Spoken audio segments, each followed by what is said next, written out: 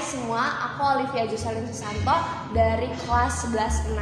Hari ini kelompok saya yaitu kelompok 3 mengusung suatu tema yaitu tentang kemiskinan.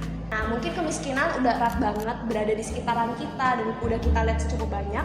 Tapi mungkin banyak dari kita juga bingung gimana cara menanggapinya atau mungkin bahkan kurang kepedulian di area itu.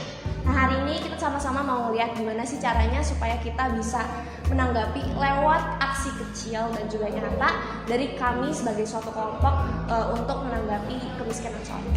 Nah, jadi dari Olivia yang tadi dengan tema yang kita sudah pegang ini, lalu anak-anak muda seperti kita, anak kelas 11, kelas 10, SMP malahan juga, bagaimana kita ngelakuin ini? Gimana kita mewujudkan namanya kepedulian terhadap sesama? Nah, bagi kita cara paling mudahnya ini adalah memberikan makanan kepada orang-orang yang kurang sejahtera. Kita tuh mempersiapkan kotak makanan yang biasanya isinya tuh ada ayam, ada sayuran dan semacamnya. Yang penting sehat. Dan itu kita sudah menyediakan sekitar 8 kotak makanan kepada orang-orang yang membutuhkan.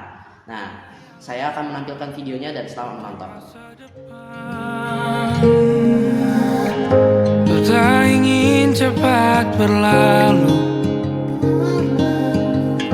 waktu yang ku punya denganmu. Kita berdansa dan tertawa gandeng tangan. Semoga bergema sampai selamanya. Dunia pasti ada akhirnya. Bintang-bintang pun ada umurnya. Maka tenang saja kita di sini berdua. Nikmati sementara yang ada. Pasti ada akhirnya. Bintang-bintang pun ada umurnya.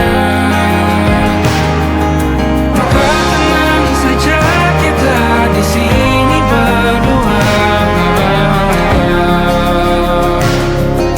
nikmati sementara yang ada.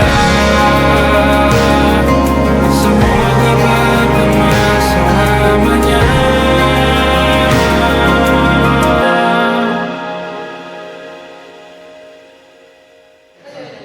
Saya sebagai kelas mulia, saya akan memberikan kesaksian atas aksi nyata yang sudah saya lakukan bersama teman-teman saya.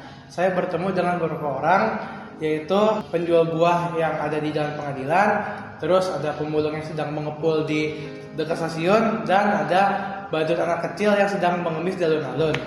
Orang yang pertama saya hampiri adalah penjual buah di dekat jalan Pengadilan tersebut. Saya hampiri bersama teman saya yaitu Davis.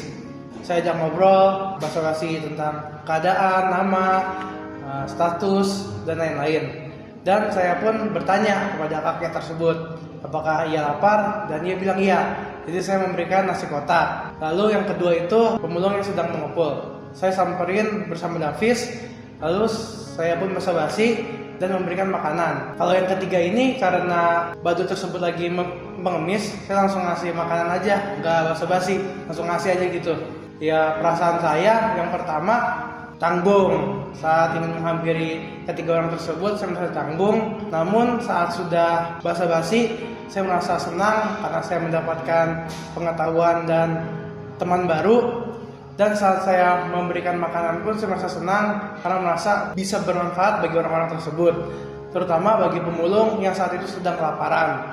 Halo semuanya, nama aku Valeri. Nah, jadi aku mau ceritain pengalaman aku waktu kita lagi bagi-bagi. Waktu kita lagi nungguin Sebastian sama Davis, aku sama Fabian tuh kan lagi nunggu duduk. Nah, kita tuh didatengin sama bapak-bapak yang minta uang. Cuman karena waktu itu kita lagi nggak megang uang, jadi kita kasih makanan kotaknya sebagai gantinya. Nah, untung aja bapaknya senang kan waktu dikasih makanan. Nah, aku sama Fabian juga ngerasa terharu gitu lah, karena akhirnya kita kayak bisa ngebantu orang lain juga. Nah, pas udah mendung itu kan makanan kotaknya kan masih tersisa gitu. Jadi aku sama Fabian bagi-bagiin ke orang sekitar, dan orang sekitar itu banyak banget yang senang. Jadi ya kita juga senang deh. Saya juga mau sharing sedikit sama pengalaman saya. Saya ini tugasnya sebagai videographer, jadi tidak sepenuhnya berinteraksi dengan orang-orang di jalanan itu. Tetapi dari pandangan saya pun juga hati saya lebih tersentuh gitu ya, karena saya lihat kita tuh kalau melakukan aksi kebaikan itu ada rasa senang di dalam hati. Yang paling terdalam itu pasti ada yang aduh keren juga nih kita bisa ngebantu orang-orang. Nah, dan itu mungkin ada di dalam hati kalian juga. Oke teman-teman, jadi tadi itu adalah salah satu bentuk kasih yang udah kita lakukan. Jadi kasih itu nggak selamanya tentang hal-hal yang rumit atau berat, tapi juga hal-hal kecil yang kita lakukan, sesimpel memberi ke orang lain dan juga berlaku baik dan sopan kepada orang lain. Nah, kalau misalkan kita dengar juga dari sharing teman-teman, sebenarnya perasaan mereka ketika habis mereka memberi orang, ternyata itu mereka ngerasa seneng dan happy juga, dan itu berarti ada memberi nggak membuat kita berkekurangan, tapi juga membuat hati kita senang. Ini sama sebenarnya sama firman Tuhan, yaitu pada hukum kedua kasih yang diajarin sama Tuhan Yesus, bahwa kasihilah sesamamu seperti kamu mengasihi dirimu sendiri. Mungkin itu aja dari aku teman-teman, jadi see you.